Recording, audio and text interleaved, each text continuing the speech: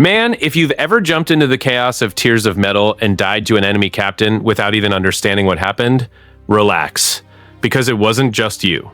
I've played a lot of this game, and I've gathered 10 advanced tips that will completely change the way you play. Stick with me until the end, because there are tips here that can save you hours of frustration. I'm Matthew, and the video is starting right now. One thing many people underestimate is that you don't enter a run alone. Even before the match starts, the game is already asking you for an important decision: how to set up your battalion. And honestly, this is the kind of detail that separates players who just button mash from those who truly understand the game's rhythm. The most interesting part is that you can adjust your army's composition according to your playstyle. If you like playing more aggressively, it might make sense to bring more infantry to maintain constant pressure. Now, if you prefer a safer playstyle or are facing more open maps and elites that are annoying to deal with, adding more archers can make a massive difference.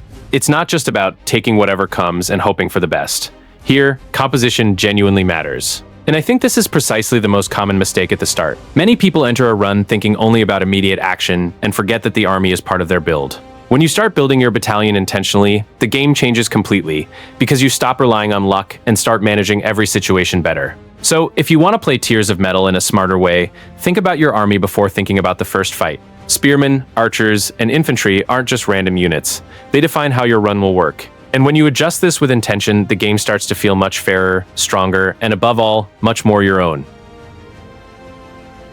Instead of treating combat purely as a chaotic hack and slash, you start playing like a commander who needs to read the arena at all times. The most important thing here is to understand that real-time orders aren't for show. They are a survival tool. Ordering spearmen to clear a path makes sense when the screen is full of enemies, because you create space without relying solely on your own positioning, and that prevents that suffocating feeling of getting trapped. For me, the smartest part of this tip is using infantry to isolate enemy captains while you clear the crowd. This transforms a messy fight into a controlled sequence because you take pressure off the most dangerous targets without giving up control over the entire field. And that's exactly where micromanagement makes a difference. Real-time commands using the control key plus clicks may seem small, but they are the kind of detail that separates a good run from a broken one. When you master this, the game stops feeling like improvised survival and starts feeling like a battle where every order you give carries real weight.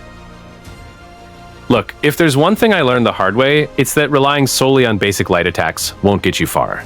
I spent several hours just spamming light attack, thinking sheer hit volume would solve things, but tougher enemies simply laugh in your face as they block everything and knock you down. The game literally gives you these combat tools and expects you to use them. They aren't just decorative. Here's what actually works. You need to alternate between light and heavy attacks to create guard-breaking combos. The light attack is fast, so you initiate with it, connect 2 or 3 quick hits to keep the pressure on, and then, at the precise moment, switch to heavy. That slower, devastating blow breaks the enemy's stance and leaves them open to massive damage. It's not about button mashing, it's about rhythm. I know that in the heat of battle, when there's a horde of invaders in front of you, the tendency is to panic and press what you know. But trust me, the difference between pure frustration and feeling like a Scottish warrior god lies right in this alternation. When you get the timing down, it's incredibly satisfying to see a tough enemy's shield simply shatter and watch them get stunned, ready for the final combo. And it doesn't end there. Once you break their guard, you have a window of opportunity to deal even more damage before they recover. So the tip is light, light, heavy, and then go in relentlessly. Practice this on the weaker initial enemies until it becomes instinct. Because when the tougher scouts show up, this technique will be what keeps you alive in the campaign. Dodging isn't just for escaping, it can become the entry point for your attack, and that completely shifts the pace of combat. When you start thinking of the dash as an offensive tool, you stop reacting to combat and start controlling space. What I like most here is that the game lets you play aggressively without losing safety. Darting into an enemy formation, landing quick hits, and dashing out at the right time feels great. Almost like you're weaving through every exchange with precision. And canceling a dodge into an attack is strong precisely because it converts movement into damage, so you don't waste time standing still after repositioning. Now, against bosses, I think blocking takes on a different level of importance. There are bosses where taking a blow at the right moment can save you, but in practice, it's not always the safest option because stamina depletes quickly, and healing isn't something you want to waste. In many encounters, combining invincibility dodge frames with solid positioning still feels like the most consistent choice, especially when the boss has wide attacks or sequences that punish passive defense. If you use dodging and blocking as tactical tools rather than automatic reflexes, combat becomes much cleaner and far more effective. Tears of Metal feels like the exact kind of game where playing smart is just as valuable as hitting hard, and once you grasp that, even the difficulty starts to feel much fairer. Instead of grabbing any random emblem that looks strong at the moment, I much prefer the idea of building around an entire family, because that's when the game truly starts leaning in the player's favor. What's most interesting is that this applies not only to your hero, but also to your battalion. When you line up synergies that complement each other, your team stops being just a group of units and turns into a constant pressure machine, the kind that enters a fight already holding an advantage before combat even begins. For me, this is the core of the game's power spike. A lot of people see an isolated bonus and think, this looks good, but experienced players usually understand that the real value comes from stacking pieces belonging to the same structure, because the final effect is usually much stronger than any single disconnected choice. And that's why this tip makes so much sense. It shifts your mindset from immediate survival to long-term build development. When you stop playing purely on impulse and start thinking in terms of Emblem families, your hero and your troops become significantly more consistent, and runs start giving you that great feeling that everything is truly coming together. If there's one thing that took me a long time to truly understand, it's that this game doesn't reward picking random items and hoping for the best. Charms are the heart of the build system, with over 100 artifacts scattered across the levels, and they don't work in isolation. You need to look at what your hero naturally does best and pair it with the right charms, because synergy is where the magic happens. Think about it. You have a hero dealing high area of effect damage, clearing hordes of invaders with wide swings. Instead of just focusing on boosting raw damage, what if you pick a charm that converts part of that area damage into healing?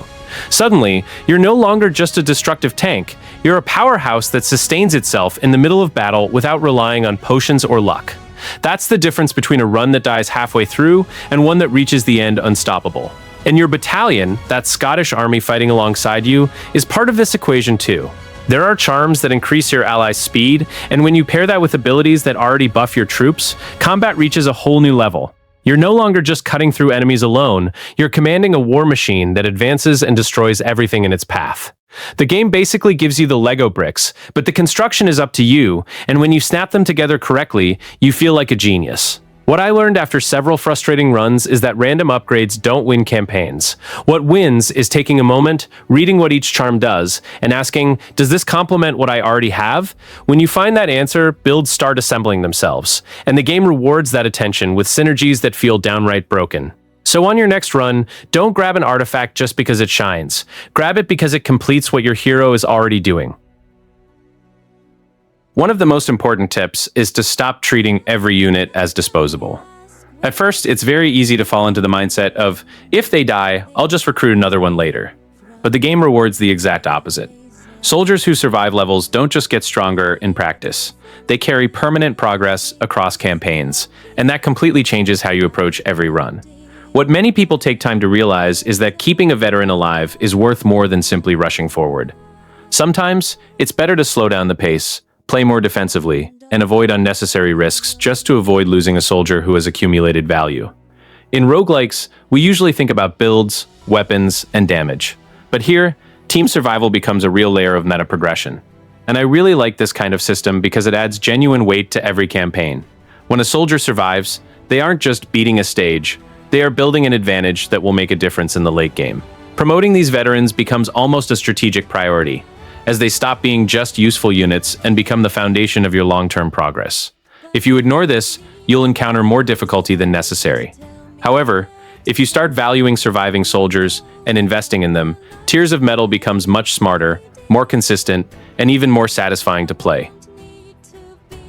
I really like the idea of treating the camp as a real source of power, rather than just a rest hub between runs, because that's where you turn what you conquered on the battlefield into a permanent advantage. The key is understanding that the resources and treasures you salvage from battle areas aren't just temporary rewards.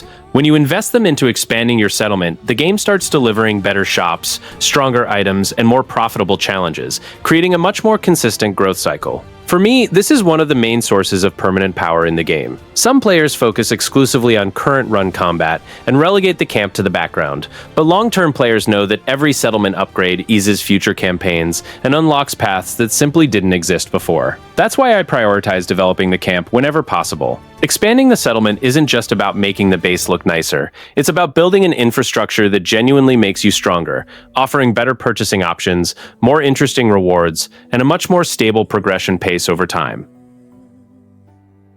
In co-op, I think the biggest mistake is everyone entering the match trying to be the main protagonist at the same time. This type of game shines brightest when the team realizes that chaotic play without purpose leads to a mess, but coordinated chaos leads to a massacre. And honestly, that's when the game becomes truly fun. For me, the best take on this tip is simple. One player needs to take on the role of screen-clearing AoE damage, while the others view the battlefield as a living system. Instead of 4 people running around aimlessly chasing enemies, you create a natural formation where someone clears space, another applies pressure from the flanks, and another handles potential threats before they escalate. When this clicks, fighting stops feeling chaotic and starts feeling like an improvised plan coming together seamlessly. What's great is that this division of responsibility doesn't restrict combat freedom. It gives more impact to every decision. When one player focuses on AoE while others coordinate troops to flank and protect weak points, every push feels both safer and more aggressive. I really enjoy this style of co-op because it transforms a standard run into a match where everyone feels they truly contributed, rather than just being present in the brawl. If I were playing with 3 or 4 people, I'd establish this right at the start. Who clears hordes, who manages flank pressure, and who reacts when the formation breaks. Tears of Metal launched into early access today, and since it mixes large-scale battles with roguelike progression, this level of coordination matters even more when the screen gets flooded with threats. In the end, the tip isn't just play together, it's play with intention, because when everyone understands their role, co-op becomes vastly superior. One of the key things separating average players from those who truly master Tears of Metal is realizing that bosses aren't just bigger health sponges. In Acts 2 and 3, they begin heavily punishing hasty decisions, and that's where I see many players fall into the trap of ordering their entire battalion to charge on impulse. At that stage, bad timing can cost you the whole run. What I like about this tip is that it forces you to play calmly, even when the game tries to push you into chaos. Before issuing a general attack order, it's far better to observe the boss's lunges, get a feel for their attack cadence, and wait for the right opening. It sounds simple, but in practice, it changes everything, because you stop reacting out of desperation and start dictating the fight's tempo. I view this as a form of respect for the combat system. Once you learn the patterns, the boss stops feeling unfair and becomes readable, almost as if the game is warning you, if you rush this, you lose everything.